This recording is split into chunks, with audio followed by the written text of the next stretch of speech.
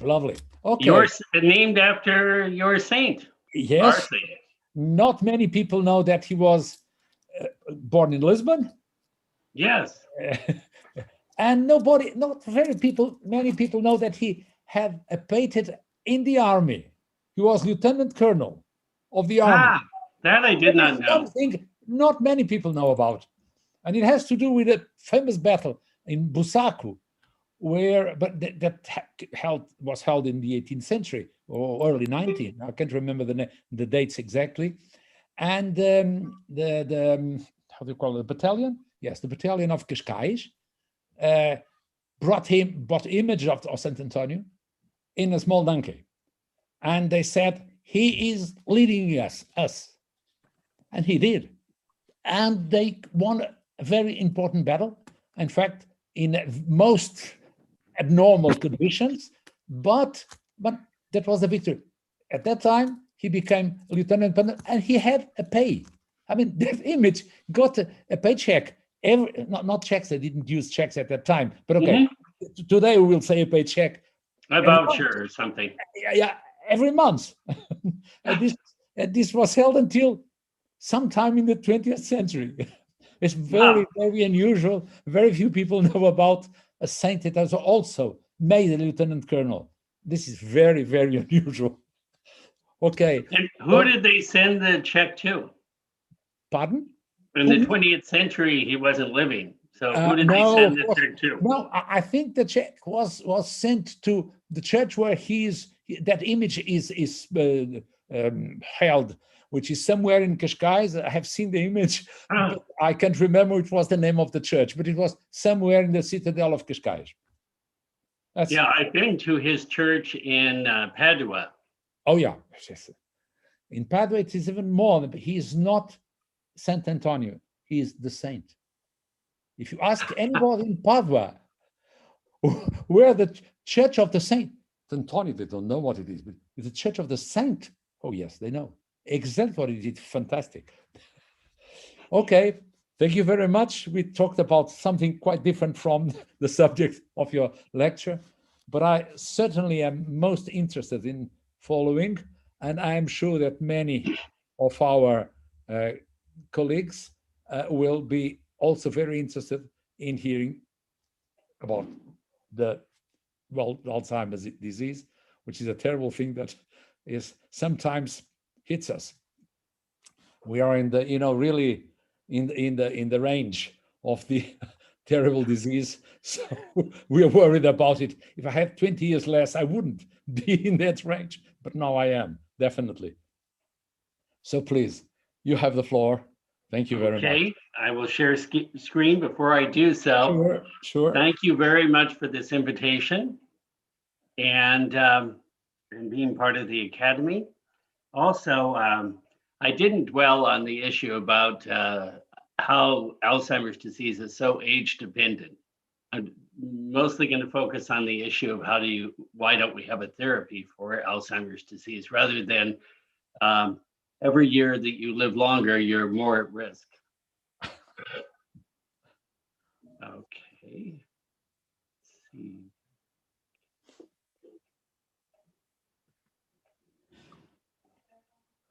Lovely. Great. Okay. So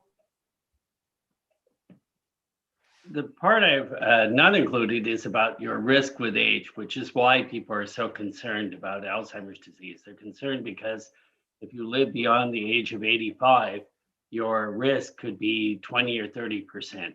And in some ethnic groups may even be closer to 50%.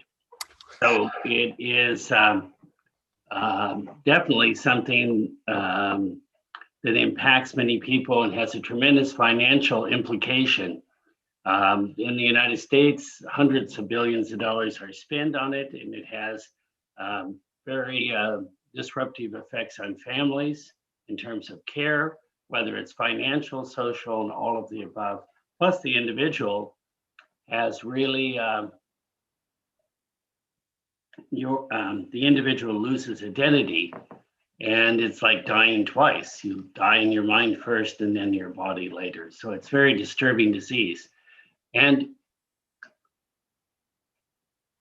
With all of this importance of the disease, importance in terms of economic, social, and quantitative numbers, why don't we have a better treatment? The current treatments, which are Aricept, are symptomatic treatments and only work for a small percentage of patients.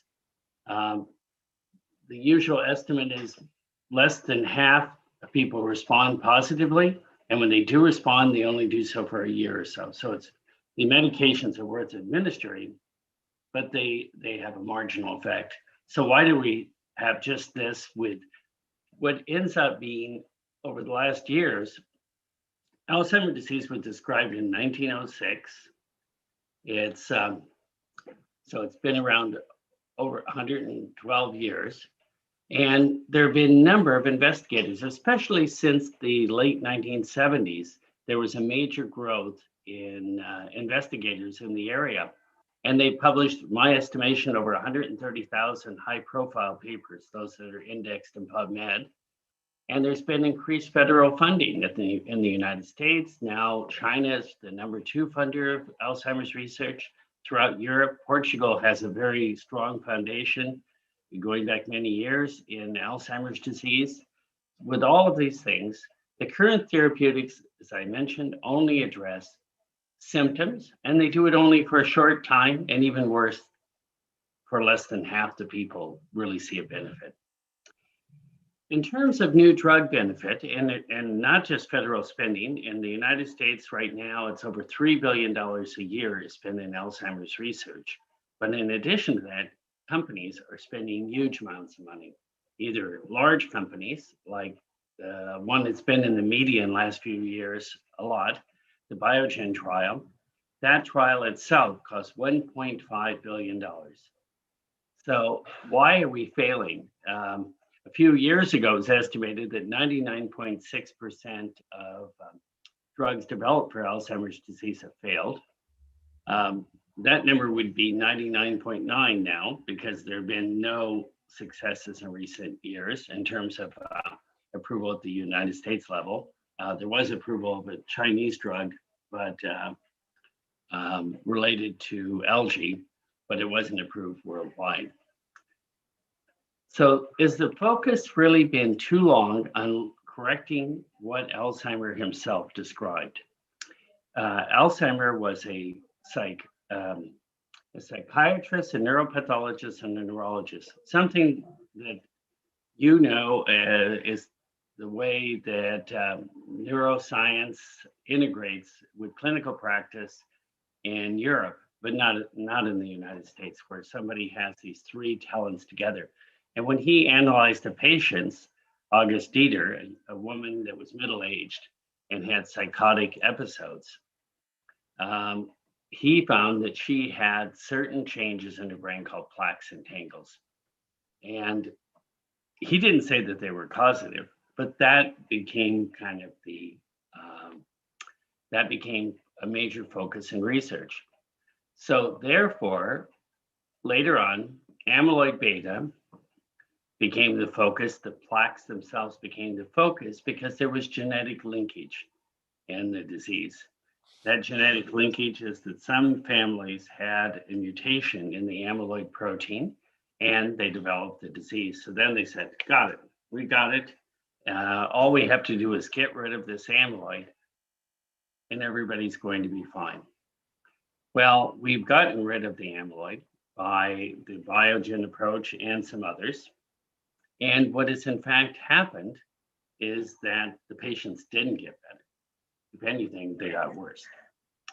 And where do we go from here? So that's what my talk will be about.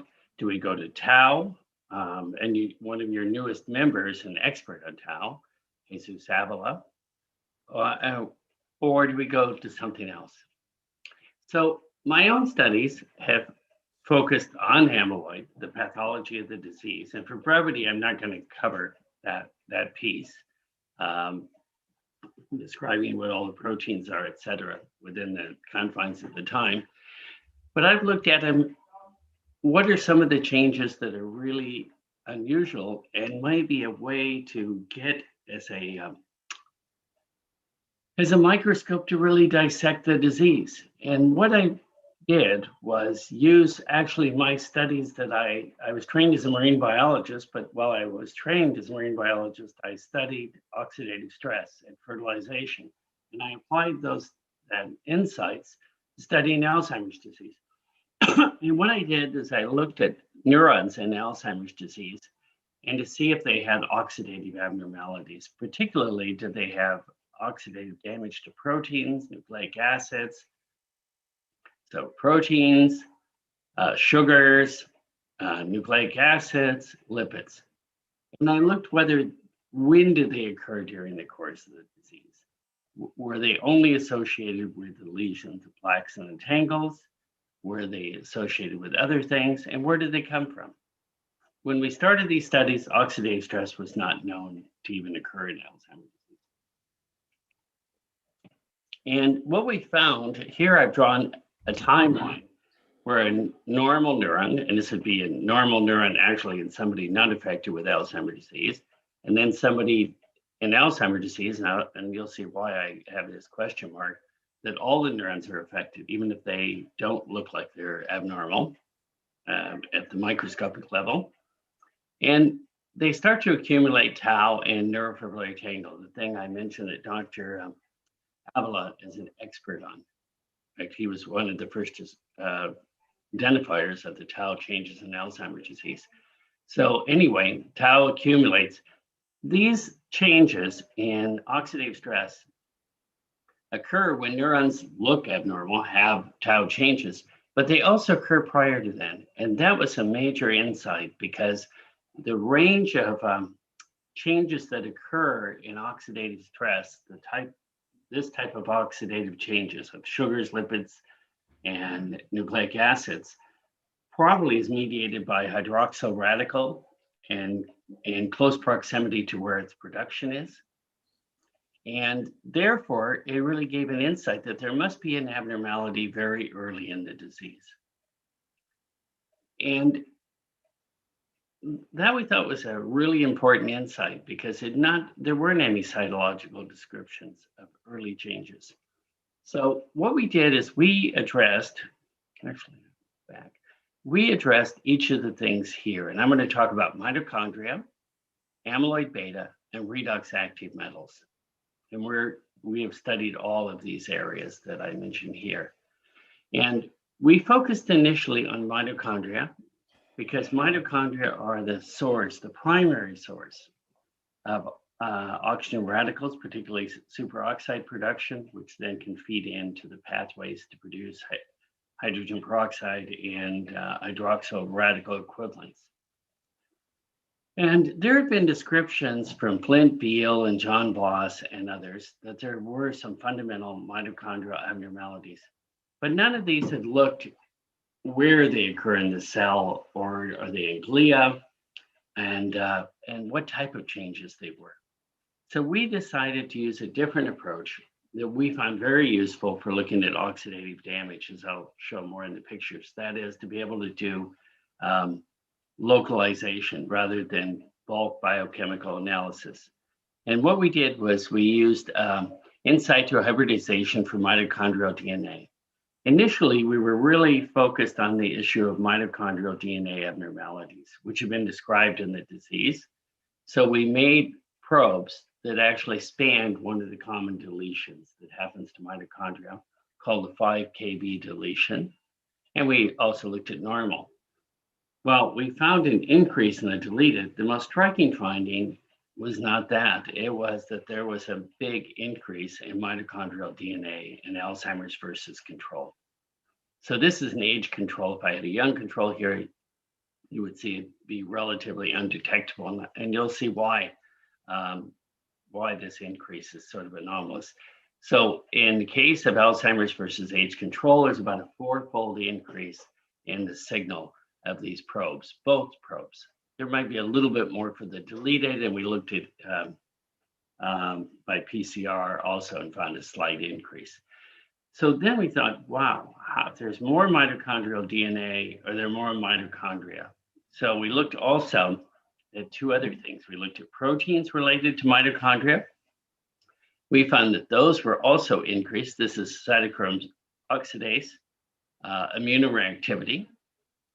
And we also looked, and I'm not showing here, cytochrome oxidase enzyme histochemistry, which you can do in frozen sections. And we found, if anything, there was a reduction in levels of the mitochondrial enzymes. This is quite a paradox.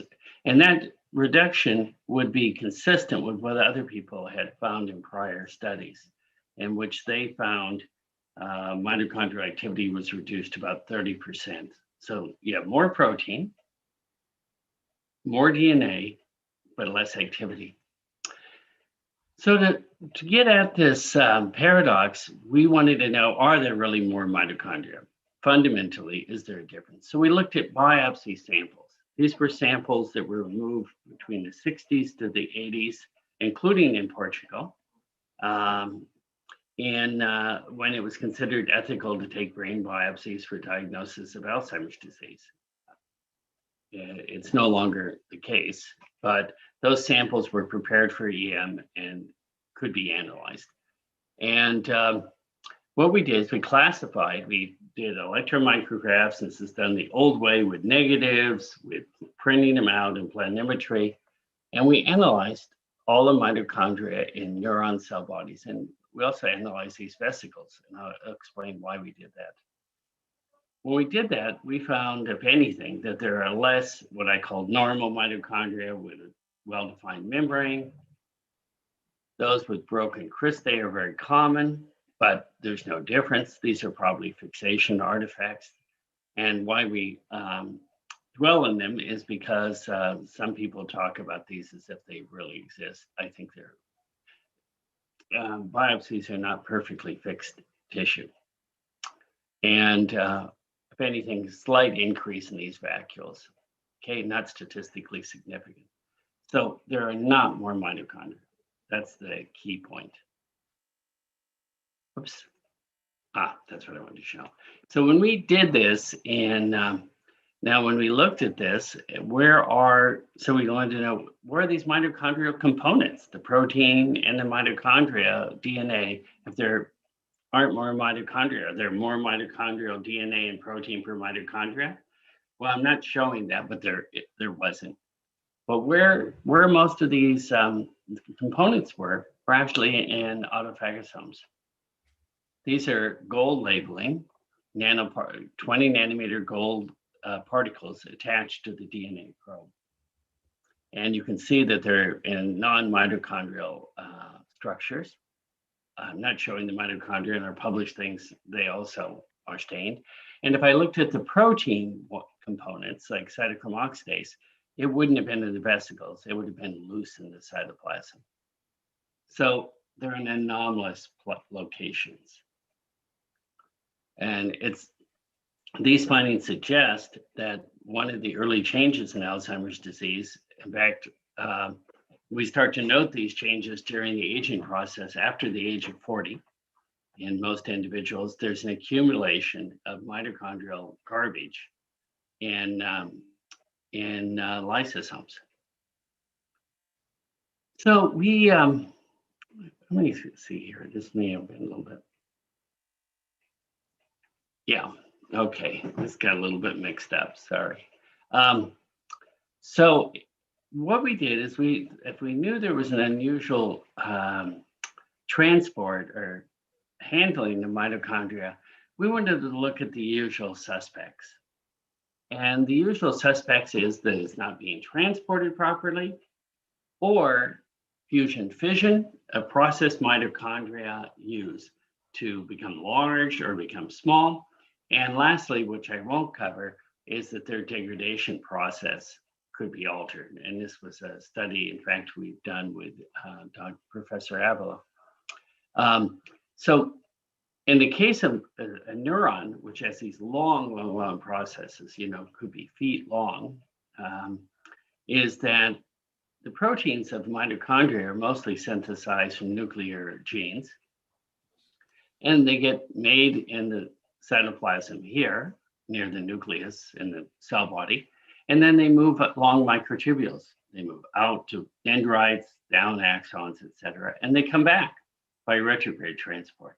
That's one aspect of them, and very important for neurons more than smaller round cells. Another aspect is that their size is controlled by a process called fusion fission. And so you can have a cell, if there's a certain mass of mitochondria, could be one mitochondria because it's a twisted bunch of threads, like in this particular case, or you could have 1,000 mitochondria with still the same mass. Why is this important? This process of exchange of components and how big they are makes a big difference for transport. If you have one mitochondria in a cell, how are you going to transport it down a microtubule? It's all like mesh work. If you have 1,000 and one develops an abnormality, it's kind of sunk. So there's a lot of dynamicism between having them fused and pulled apart. And we've addressed many aspects. Okay, there are a number of proteins that control this. I'll talk about some of them. So initially, we looked at microtubules to see if they were different. Are there, because of the tau work, tau is a protein critical for stabilization of microtubules, and we wanted to understand if there were changes in microtubule density in Alzheimer's disease versus control. Actually, an earlier study, the only one prior to ours, was done by a professor, Paula Barbosa, in Porto, who had looked at the microtubule density in dendrites. We wanted to look in cell bodies, and we wanted to know whether those neurons had neurofibrillary tangles. So we used micrographs that look very much like this. This is a neurofibrillary tangle at the electron microscopic level, made of paired helical filaments. And in the same neuron, you can see these microtubules here, 25 nanometer filaments. You can see some ribosomes showing it's well-preserved tissue. This is biopsy tissue. And we counted the number of microtubules, or the lengths of microtubules. We did it 2 different ways. And we found that there was a major decrease in microtubule density between Alzheimer's disease and control, actually about 90% decrease. Whether a neuron had neurofibrillary tangles or not didn't make any difference. Okay, so we were especially interested in that, and that'll be from the next studies, of how we would be able to model this in a cell model. And so we thought if microtubules are generating the microtubule decreases, generating the mitochondrial problems and oxidative stress problems, maybe if we inhibit microtubules formation in the cortisol, we could actually replicate what we were seeing in brain. We were not able to. So the microtubules don't look like they are the limiting feature. So therefore, we embarked on looking at instead the fusion fission proteins and seeing if that could be replicated in vitro. And maybe that was more the limiting feature for the things we saw. So these processes are controlled by a number of proteins. And for brevity, I'm not going to go into all of them. I'm going to focus on one, dynamin-like protein 1. And you'll see it's abbreviated different times, depending if we use other people's work. And if you look at this protein, this is a control immunoblotting, and this is from Alzheimer's disease. And you'll see it's decreased. It's actually decreased by about 75%. And when you do localization studies, you find that it's, again, restricted to the same neurons that have the oxidative stress. Well, in the case, microtubules, we were not able to replicate by decreasing microtubules. We couldn't get the mitochondrial problems. By changing these proteins, especially dynamin, like one protein now focused on, we were able to replicate the features we saw in Alzheimer's disease. And also found a really surprising, well, what was for us a surprising feature, that the changes of Alzheimer's disease can be seen in cells throughout the body. In particular, this allowed us to look at fibroblasts derived from people with Alzheimer's disease. And we looked at how their mitochondria are organized. And we found that in this case, they're living cells. We did EM, but we also can label them directly fluorescently. And we can see that the cells have dispersed or paranuclear mitochondria. The paranuclear is the same type of clustering you find in Alzheimer's disease. And if you see that, it's not like all the cells show it, but it's certainly greatly increased. So in the brain, all the cells show it of a given population. In these cells in culture, it's 20 or 30%. Okay, and it's a change in number of mitochondria and size of mitochondria. And we went back and actually analyzed this in our biopsy specimens, that the mitochondria are slightly larger in Alzheimer's disease. That's true as and there's, as I'll show later, there's a change in distribution, okay? We've also made, and these studies are ongoing, we've taken the fibroblasts and differentiated them into neurons and analyzed those also. And those studies are ongoing. Why would we want to do that? Well, there's some disadvantages because you lose the Alzheimer's control difference, although we do see differences. But the big advantage is we're able to analyze cells with long cell processes. And this, if we modify dynamic protein, et cetera, we can actually correct the problem. Because the dynamic protein is less. If we overexpress it, we actually correct the problem for the cells. And what's the big difference from having this? Well, one of the big consequences is the following.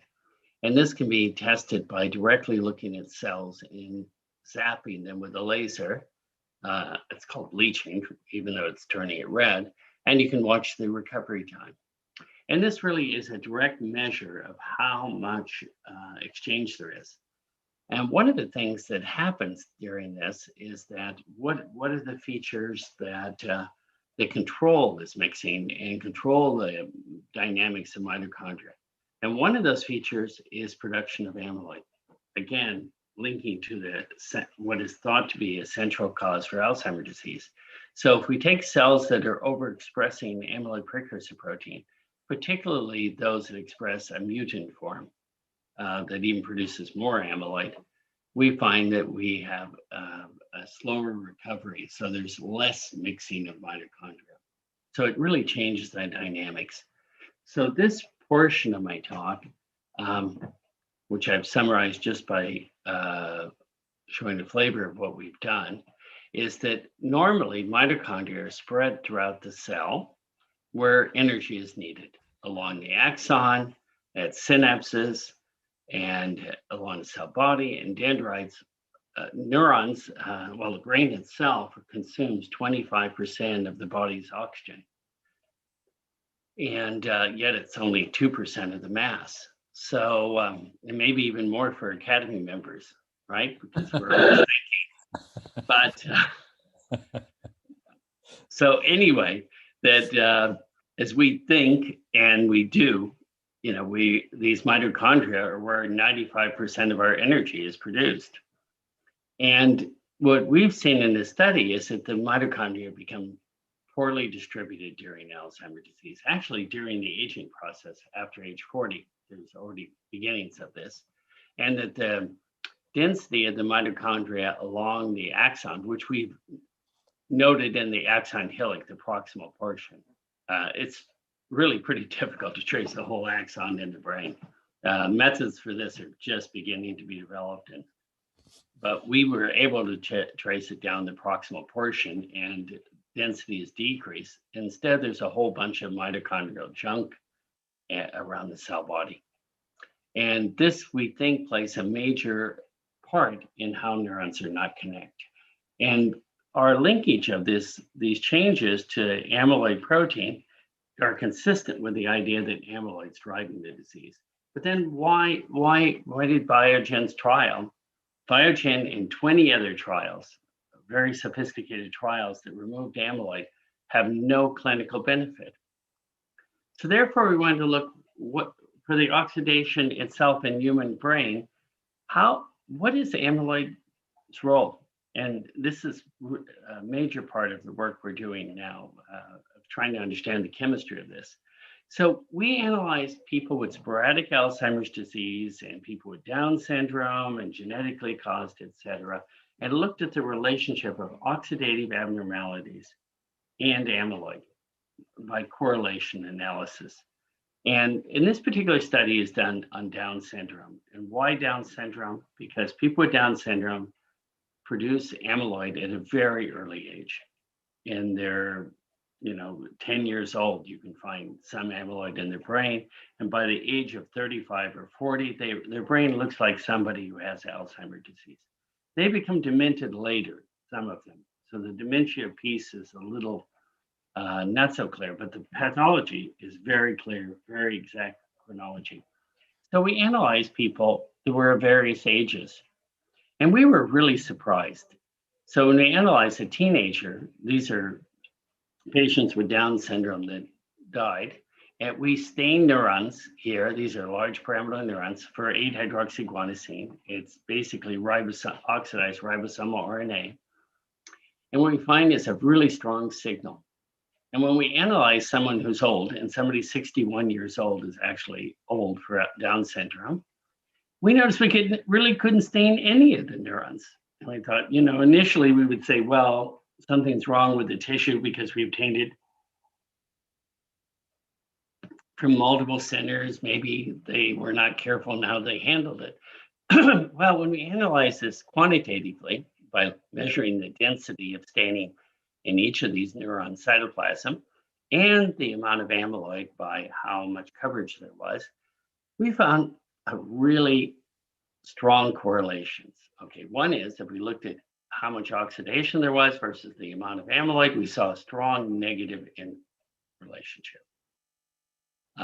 Actually, let me see if this is, well, we found a strong negative correlation with an R-squared of 0.95. So highly statistically correlated, highly correlated. We also noticed something else in Down syndrome.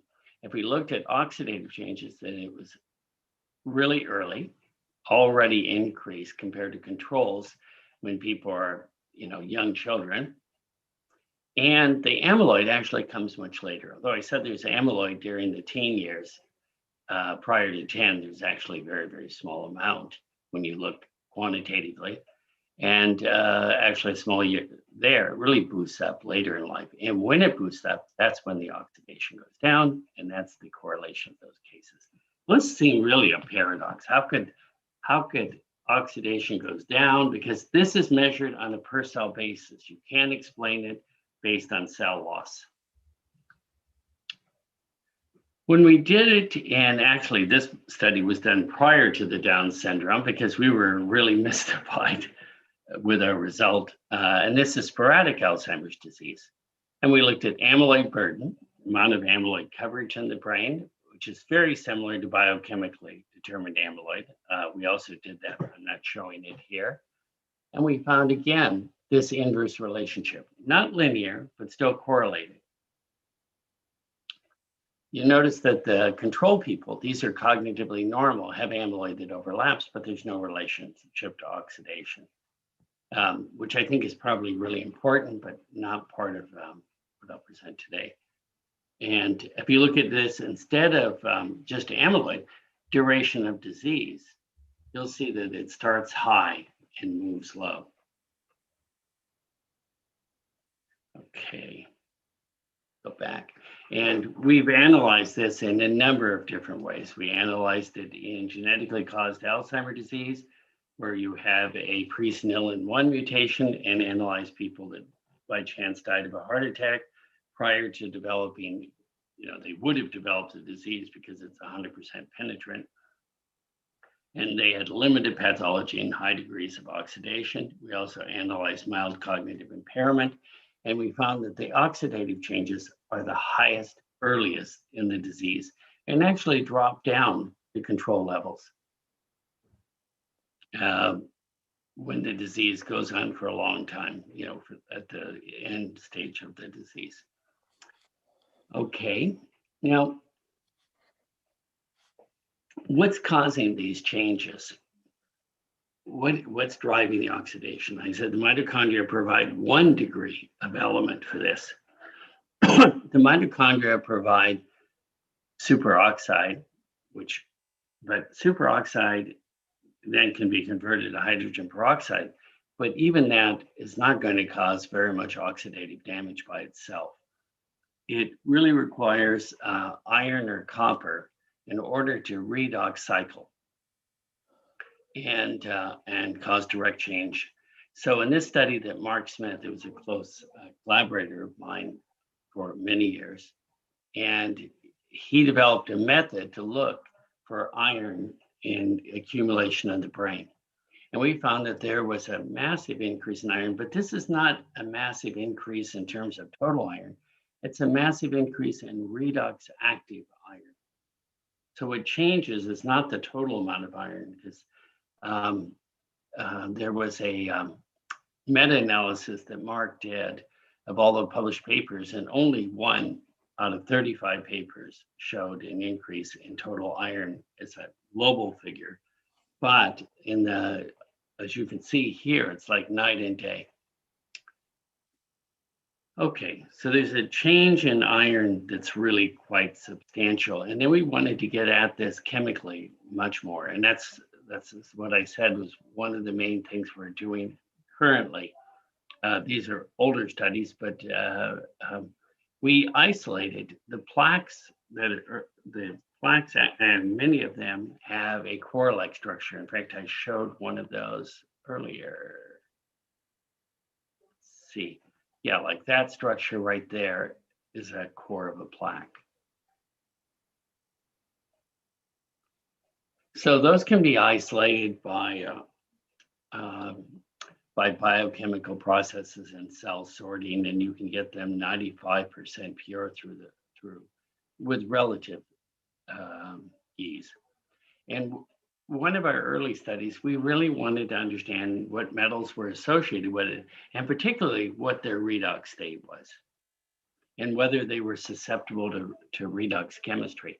So this is an isolated plaque, and it's stained with a stain called Congo red, which is used to analyze the amyloid because it specifically binds to beta sheets. And when viewed in a polarized microscope, it has what looks like Maltese cross look. It stains with antibodies to amyloid beta, and that's just a control for the staining. This is the Raman spectroscopy, which is a way of looking at the form of the proteins in the plaque. Not surprisingly, the plaques have a lot of beta sheet structure, not a surprise. And they also have these small peaks, which mark zinc binding and copper binding. We actually could not find any iron binding on the plaques, which really we thought was a paradox because we knew there was iron associated with them. And zinc and copper often go together in the sense that they recognize very similar sites, like superoxide dismutase binds zinc and copper, or you can actually have it have copper, or zinc-zinc. The zinc-zinc doesn't function as a redox. So it's not a surprise to find those two together. But the surprising thing was not to find iron. Now, why would we care about copper, iron, and all these things? So in the case of copper, it's actually a very interesting thing, is that if you take copper and you mix it together with nucleic acids, lipids, vitamin C, it will oxidize it. It'll catalyze its oxidation by itself. So cells seldom have free copper. In fact, the estimates are that there's no more than 1 atom of free copper present in a cell. Pretty amazing. Iron, free iron probably exists often because many of the iron proteins, such as ferritin, get turned over. And when they get turned over, the iron gets released and has to be reincorporated. So cells are dealing with iron all the time, and it does exist in a free state. Copper, There's chaperones that appear to reduce it. And there's many of them. Well, amyloid beta, so if you take copper by itself and just mix it, and this is looking at the oxidation of a polyunsaturated fatty acid, arachidonic acid. We did the same thing for vitamin C. And we found that it oxidizes it. It forms a aldehyde, hydroxynonenal. But if you add amyloid beta to it, it suppresses it. And 1-to-1 ratio is almost, it's over 90% inhibited. So the copper that's bound to amyloid is not redox active. Not redox active, at least in the sense of being able to cause oxidation, the lipid peroxidation reactions. Okay, where is the iron, and exactly where is the copper? Well, we knew that the plaques had this property of being magnetic. So if we isolated plaques and tangles and put them near a magnet, just a handheld magnet, they were attracted. Kind of strange, okay? And then we thought, wow, if they're attracted, they have to have magnetic properties. Well, that took us, 20 some years to find a way to describe these properties. We tried looking at models of other magnetic particles that were in the brain, such as used for fish navigation, etc. And we looked at them in atomic force microscopy. We found nothing. And we really didn't understand one of the properties of magnetism, is that when you have very, very small particles, they cannot be directly magnetic. They actually have a property called super-paramagnetism. Okay, so anyway, we looked at, this is a plaque, a tissue section of a plaque, a tissue section, an electron micrograph and a section of it, and we look at it. But these plaques, this electron microscopy, the tissue has not been exposed to osmium, lead, or uranium. So it's not traditional, it's not full of other heavy metals. So when you look at it, you're really looking at the electron density of the carbon, which is negligible because the plastic they're embedded in is already carbon. And you're actually looking also at electron density that's endogenous. And you'll notice that there are these little specks. Okay, why no one saw these before? Well, very simple. If you put uranium and lead, you're going to overwhelm them. So those things have a lot of density.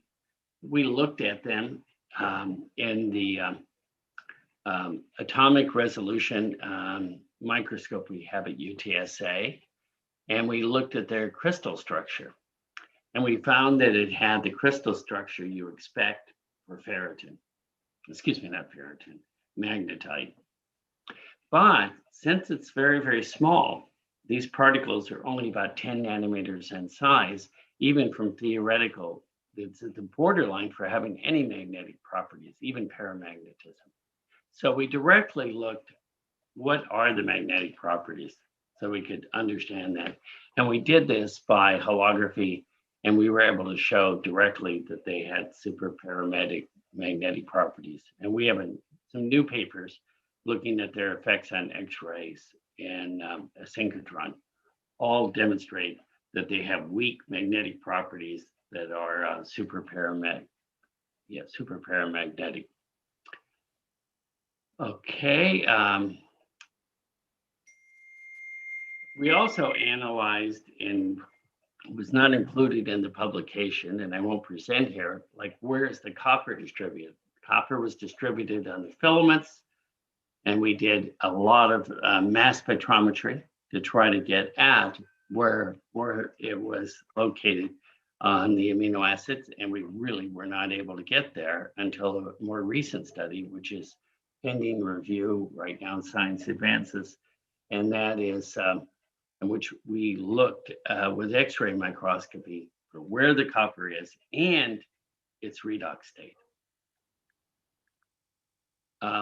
Those studies actually showed that the chemistry of what we're looking at is, I would say, totally unexplained. I'm not going to present the data today since it's not published.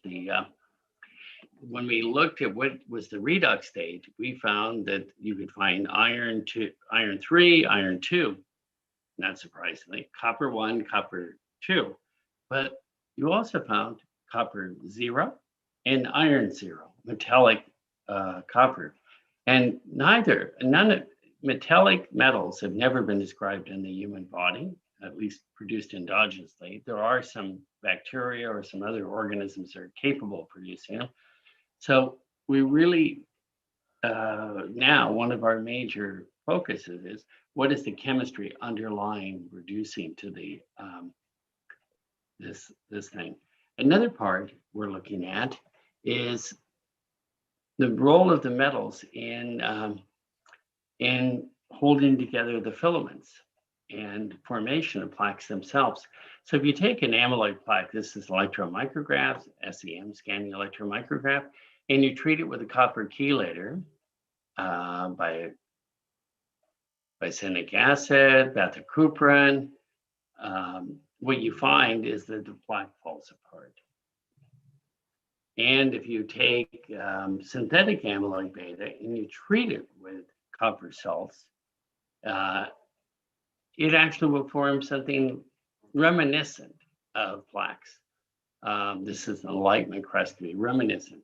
It'll form a sphere-like structure about the same size as a plaque. That's birefringent, means it has with thioflavin, which is similar to Congo red, binds beta sheets. Okay, so what I presented about amyloid beta is it plays an important role. Amyloid beta and its precursor play an important role in mitochondrial dynamics. And if you didn't know more about what's going on, you could say, gee, this is really links to the causation of the disease. But amyloid beta is a much more complicated protein. And tau also is complicated, just not presenting the story. It also involves oxidative stress and responses. So could it be that this protein is really biologically critical to the brain's adjustment to aging and the stresses? And the biggest stress for most of us is getting older. And unless we have a disease, as we get older, our system is more and more compromised, and our body adjusts to keep us normal. It's amyloid part of this, and that's what we suggested. Mark Smith and I suggested that maybe oxidative stress is one of these major stressors as we age, and that amyloid beta plays a role in keeping the brain normal. Okay. So this was a summary of some of our work related to why we don't have a treatment. And then I want to go that I could have presented a talk, as I did, about amyloid deposition, and I could have presented about vascular changes because the vessels degenerate during the disease. And you can have, there's multiple signal transduction because the oxidative stress is met with responses, and essentially, every described stress response occurs during Alzheimer's disease. Reduced microtubules. This is a long list. These are the things that we study, and we're not the only ones in this field. There's 130,000 people, and I work with a lot of people, but not 130,000. So there's, we could give a talk about that would be extremely compelling about 50 or 60 different ideas about the cause of Alzheimer's disease. And yet, with all this stuff screwed up, it's important to remember that the neurons live for decades after they have these problems. After people develop Alzheimer's disease, the neurons don't just drop dead because they have a tangle. They don't drop dead because they're covered with amyloid. They live for a variable amount of time. They may not function, but they live. So this has led us to the idea that is Alzheimer's disease more of a homeostatic disease? That, we think everybody has failed. They failed in the sense that they don't function as the disease progresses, but they're still alive. the brain is maintained itself some sort of homeostatic way. In fact, we looked at the model of whether it's similar to hibernation, and we did studies on hibernating ground squirrels in Alaska. Why did we do them? Because they lower their metabolism almost to zero during the winter. They super cool. And during that time, you cannot damage the brain. Squirrels do a lot better job with this than we do getting old, but because they recover very well back to normal. But what as a consequence, if you go with this idea, it means that targeting any of the abnormalities could imbalance neuronal survival and not make it better, because this is a stable state and you really need to understand the biology a lot better. And I think this is the primary reason why we haven't progressed. May be true for a lot of other chronic conditions where you have multiple changes and you really can't dissect how they fit together. So you're always hitting things at the margins. And amyloid is like this. I am surprised that there wasn't any effective treatment. Right now, there's people saying that one of the treatments kind of works. Yeah, that's what you would expect if you're hitting always at the margins. You're not reversing the disease because the underlying piece. So I mentioned about I could have given 100 different talks. Well, here's known targets for drug discovery. I think we published this. We took it from a government database. There's just a lot of different things. And they even gave percentage of chances of success. So people are targeting a ton of different stuff. Tends to be the big clinical trials are mostly in amyloid related drugs. And I can talk more about why I think some of these clinical trials are not exactly on target the way they're designed. And another reason why they haven't, so if you're trying all these different targets and you're putting most of your real money into one pathway, it is the pathway that actually theoretically shouldn't work and practically hasn't worked. You wonder how it's going to go. Another part is the investment, is that the way it is done, academia really cannot do clinical trials for the most part. It requires private companies, and the way Alzheimer's trials are structured, it requires large companies with a lot of resources, money, and expertise to do it. I've been involved with companies that have tried to go all the way to phase 3 trials, and it was pretty much a disaster because it requires at least $100 million. And that's hard for a company that starts from square zero. It's easy for a Lilly or a Novartis, et cetera. Okay, so what I presented is emphasizing, because some people still think that oxidative damage is a late feature because everything's degenerating. This is not the case. Oxidative damage is an early feature of Alzheimer's disease. It actually begins during middle age at low levels, peaks during mild cognitive impairment, the transition to having Alzheimer's disease, and then goes down as the disease progresses. Mitochondrial abnormalities are critical to oxidative abnormalities, but how they link is still a little confusing. They occur in the same cell. The components of oxidative damage are critical, but understanding the exact chemistry of this still requires more work. Amyloid and amyloid precursor protein are linked to mitochondrial turnover, the oxidative balance, but they don't have to be the cause.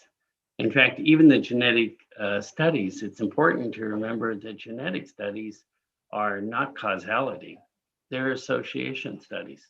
So amyloid is shown to be associated. Tau mutations are associated with certain types of other types of disease, but that doesn't mean that they're the cause of the disease, especially for an age-related disease. There could be, and understanding those pathways is still in the infancy. Copper and iron abnormalities are intimately associated with plaques and tangles. the copper and iron is associated with both.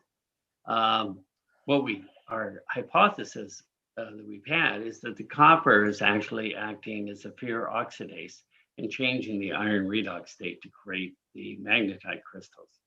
But finding in our recent findings that there's metallic iron and metallic copper suggests there may be much more to this chemistry than has ever been described in the human body. And lastly, the primary reason why I think there isn't a cure, and a cure for me doesn't mean slowing down the course of the disease or seeing a few people get better for a few months. It means really a reversal, halting of disease progression, and possibly a reversal for some, in which some people actually get better. If you think of this, if you have a parent or a spouse that would have disease, do you want them just to progress slightly slower, which may have some benefit, especially if it's early, because the quality of life of Alzheimer's disease early is actually high? Or do you want to actually see them reverse if they have an onset? I think most people want to see that, and that's what most people think of as a cure. We haven't seen that from any of the treatments so far. We think that really requires a much deeper understanding of the compensatory abnormalities and not focus on just removing them. Really is trying to focus on getting at what those problems are, not presenting the greatest benefits for patients now are being shown by prevention, and prevention that really changes the metabolism of people. Exercise, being mentally involved, nutrition,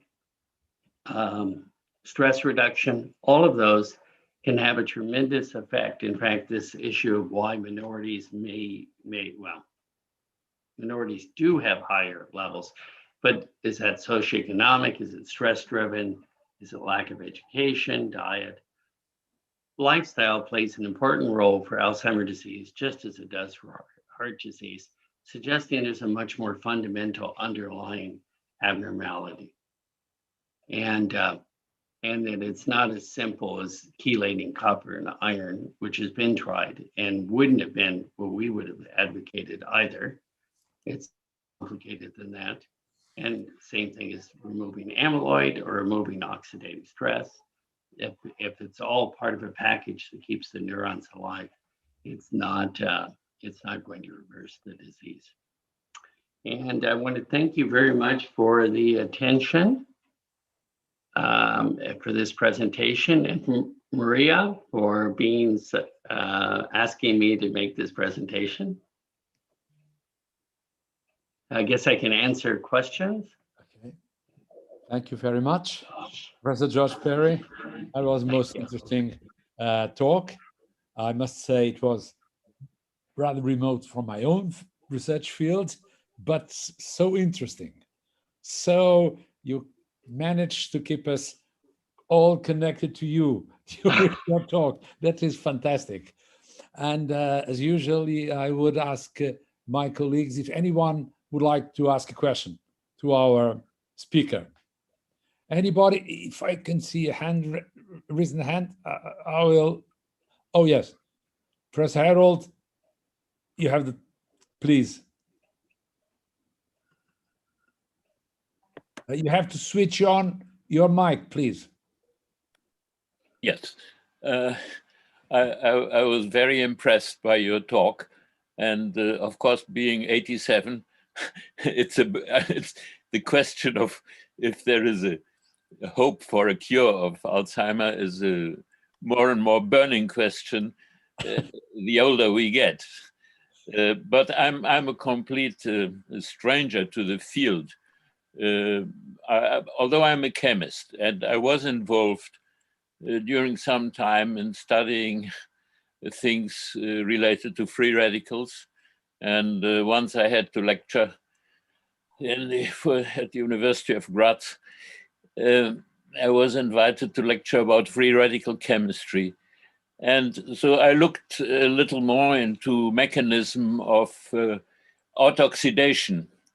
Mhm. And I was struck by many paradoxical findings.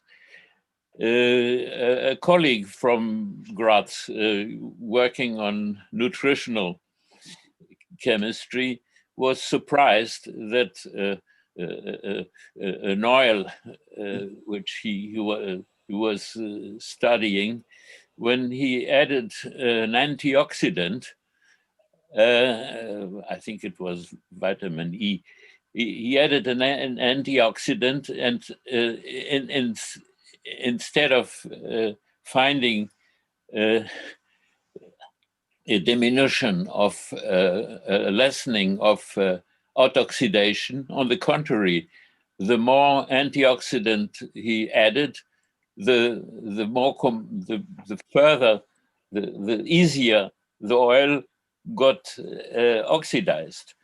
And I was very glad that I found an explanation, because the antioxidants are substances which that by reacting with hydroxyl radical, which is very reactive radical, they produce another radical which is less reactive. But if you study the kinetics, and there's a group in Australia who made a very interesting publication in the JACS, American Chemical Society, many years ago. When you study the kinetics, you find that the antioxidant, the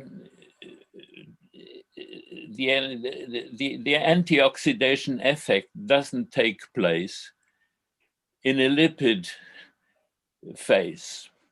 Mhm. So you have an oil, you add an antioxidant, it reacts with the hydroxyl radical and produces another radical, which is more stable, less reactive.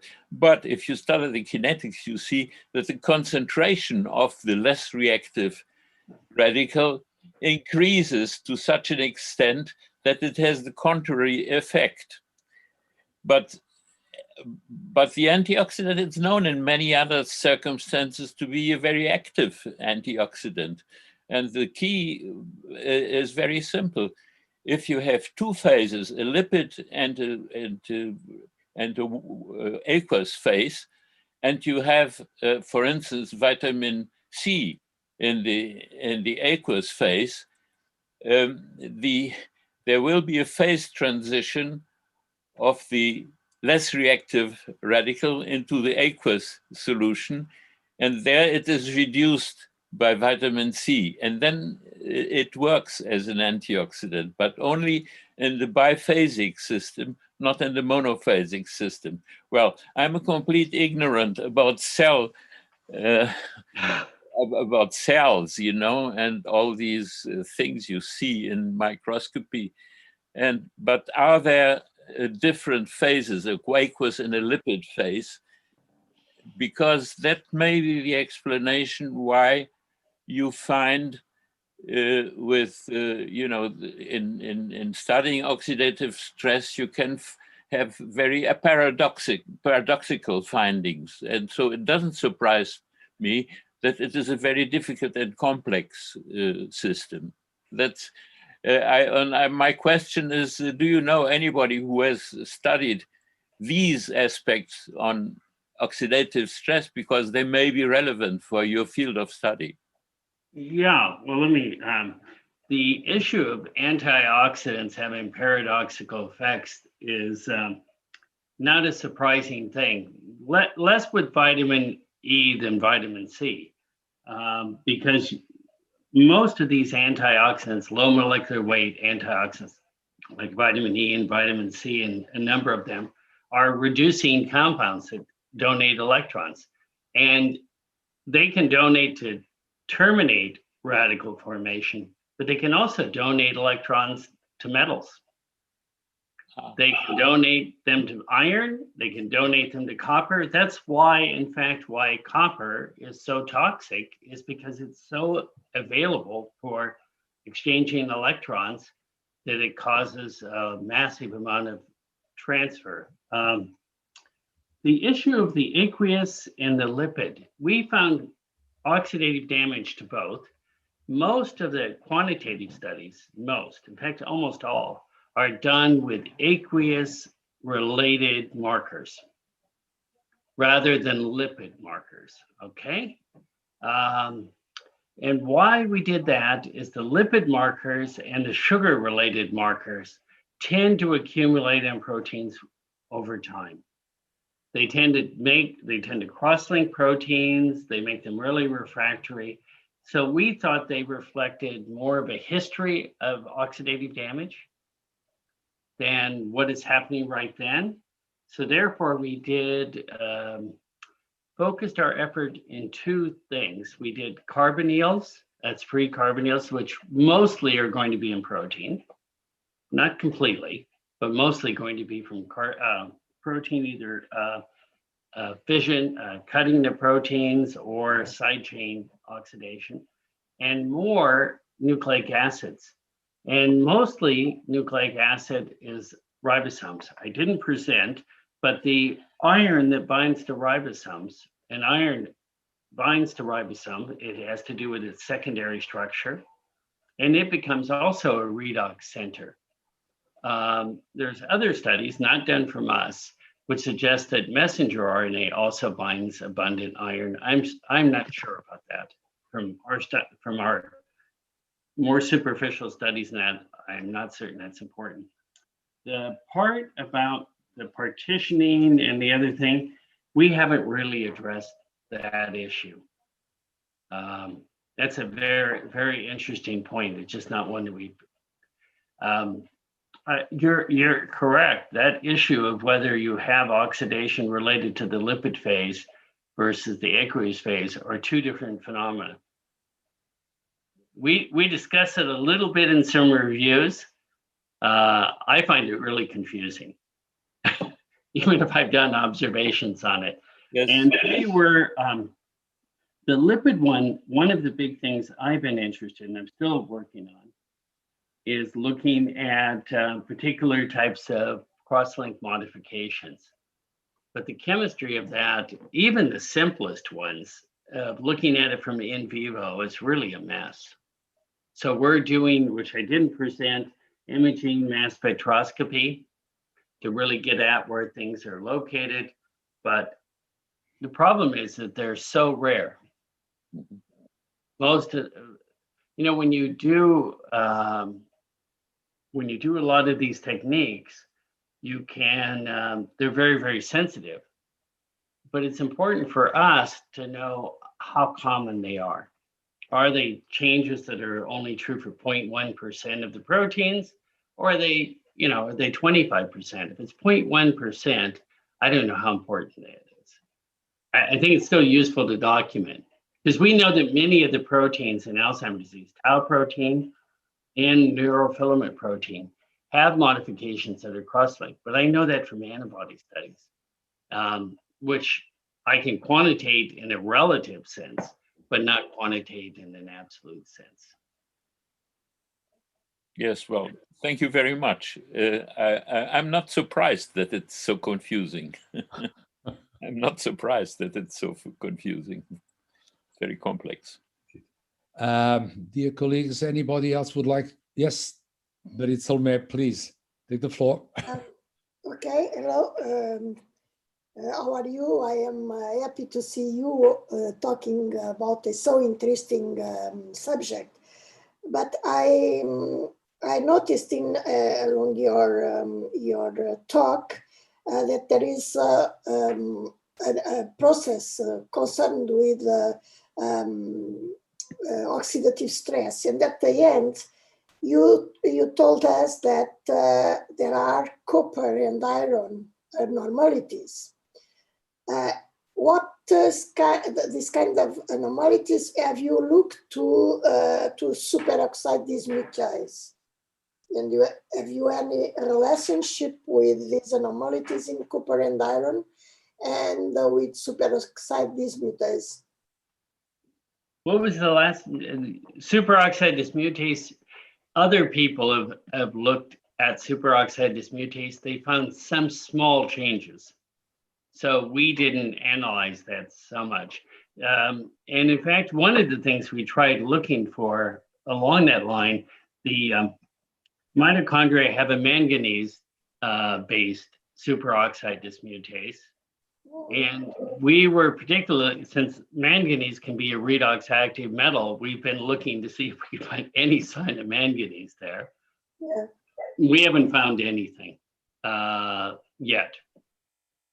But It's quite strange what kind of anomalies in amount of copper and iron, or in what is this anomaly? yeah, there is not so much a change in the amount of iron and copper. There's more of a change in its redox properties. Okay. It's how it's localized and how it's organized. So our underlying theory, and we're still thinking whether it's thing, is that we think that the mitochondrial turnover, when they get turned over, all the metals get released because the mitochondria are degraded. You've seen DNA, you've seen protein. Well, the metals also get released. So they need to be reincorporated into appropriate proteins so they don't cause oxidative damage. And what we think is the case is that amyloid beta is a part of that pathway normally, not just during disease. And during Alzheimer's disease, you're seeing more of this happening. So you end up with accumulation of junk. And the amyloid beta is doing it. And as we get older, this problem becomes more and more and more, the mitochondrial junk. And the amyloid necessary to deal with it needs to be more and more. And eventually it causes a problem. I don't know if it's the amyloid that causes the problem, or is it the metals? So it isn't so much about the amount of metals. And by the way, this is even true for oxidative damage. If you analyze, not in our studies, well, actually we've done some of them. If you analyze globally for oxidative markers by grinding up the tissue, you find actually very, very small changes also. The changes are in small areas of, when I show an electron micrograph, even a light micrograph, I'm just showing a small percentage of the tissue. And that's where the changes are. So it could be that there are more higher levels, because all the quantitative studies have been done on ground up tissue. Not the electron microscopic approaches are not absolutely quantitative. I mean, they're percentage quantitative. They're not this much gold, iron per this much milligrams. That's not really the way they work. And so there could be some increased levels, but it's not striking. But the redox change is striking. It's night and day. If you look at any redox measure on tissue, and you look at a young individual who's 25 or 30, their tissue, you don't even detect anything. And then you look at a person with Alzheimer's disease, you'll have like that picture I showed with all of the pathology of the disease being very strong. Actually, also the neuronal cytoplasm being very strong for this redox activity. So based on those things, you would think, wow, there would be this huge change in metals. But that's not the case. We've analyzed the metals, and they're not, by, what do you call it? ICP-MS, inductively coupled mass spectrometry. And there's no massive amount, even otherwise. Thank you very much.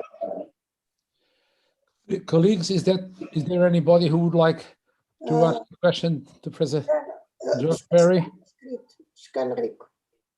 Oh, where is he? I haven't seen him. Okay.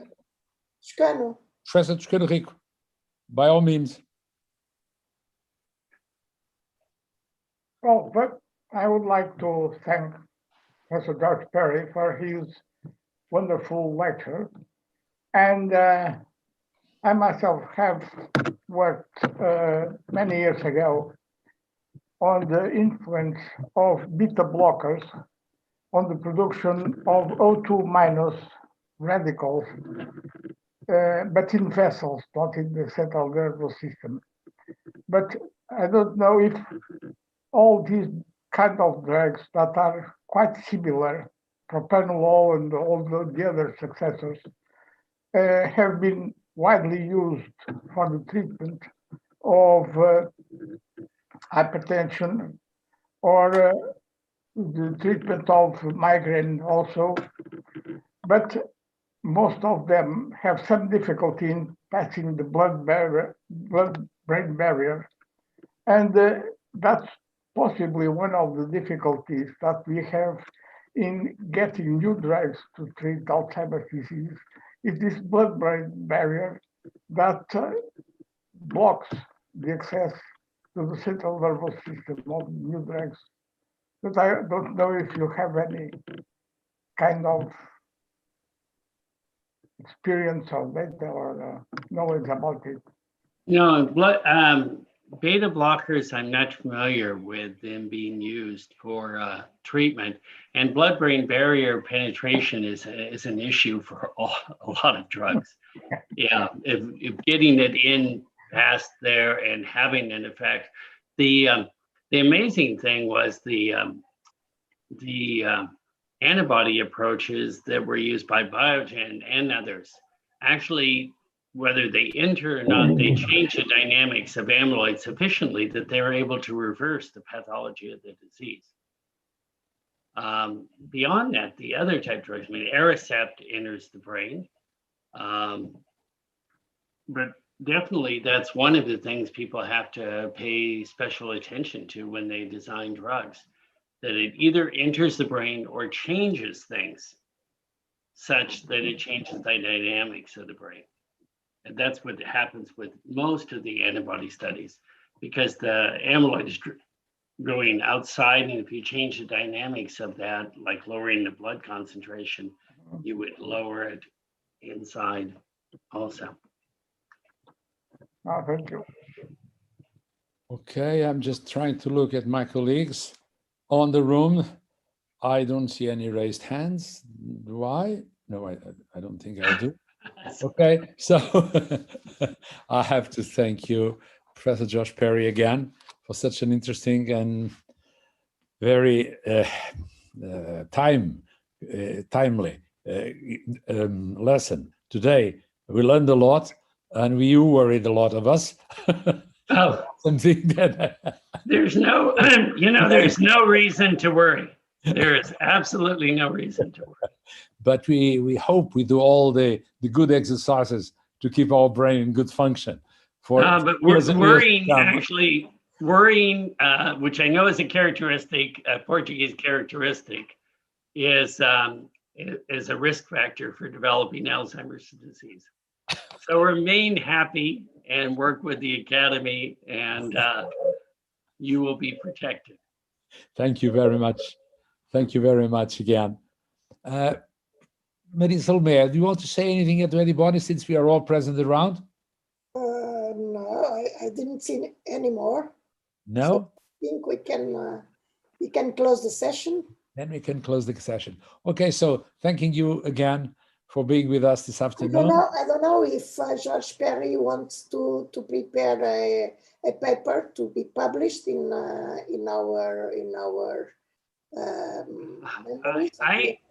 meetings. Do you? I sent a paper a while ago. Oh, I good. think it's pending there. When you sent, maybe it is published, not? I don't know if it's published. I never received notification. Oh, gee. Yeah, but we can look for the PDF or something like that. And yeah, could you look for me? Sure. Okay, I will try to do this. I looked online to see if the journal was available online, and I couldn't find it. Yes, normally what is published in our memories of the Academy is not published online, so it is published in paper. Maybe in the future you will be able to look on this in the website, but for the time being, it's not yet. Okay. But for now, I ask, even if you have not received your last one, for now, I am asking if you want to. I know. I will, when I get, yes, I will try. I will try. And I will do my best to find your manuscript and to send you the PDF if it is. Thank you very much. Soon you will look on this on our website. You asked a very important question, a time question, which is about the proceedings of our academy that should be online. Well, we have decided they used not to be online until last week. Last week we decided they will all be online for the recent ones as soon as possible. I mean, a couple of weeks will be it. But the older ones, going back to the early 18th century or mid 18th century, that'll be more difficult because they have to be digitized. Well, they were always printed on paper. They exist, we have them, but they are not ready to be put online. So, what may be added is because I believe it has about 5 years or something like that. Maybe it's 5 years ago, your presentation at the Academy. It's that, or I am wrong? I don't remember. Let me look. Maybe time passes very quickly. Okay. So I may add that we also decided that the records of these Zoom sessions will be available. Well, yes. I was very happy yesterday to receive the news that the lecture which I gave on December 10th is now the record is available online. Thank you very much for referring to something that I take a lot of pride on having that online. And our secretary But it is in the make sure that this happens. YouTube channel of the Academy. You can look on the YouTube channel of the Academy and you'll find the most recent Okay. Lectures are online, yes. Okay, Normally it takes a week or two before they get online, but they will be there. Okay. They will be there. Thanks God. Okay, so with further thanks to our speaker and to everybody that helped us to participate in this wonderful session, I tell you goodbye and we'll see us, if not earlier, in a fortnight time. Thank you very much, everybody. Thank you for your presence. And bye-bye. Goodbye. Bye.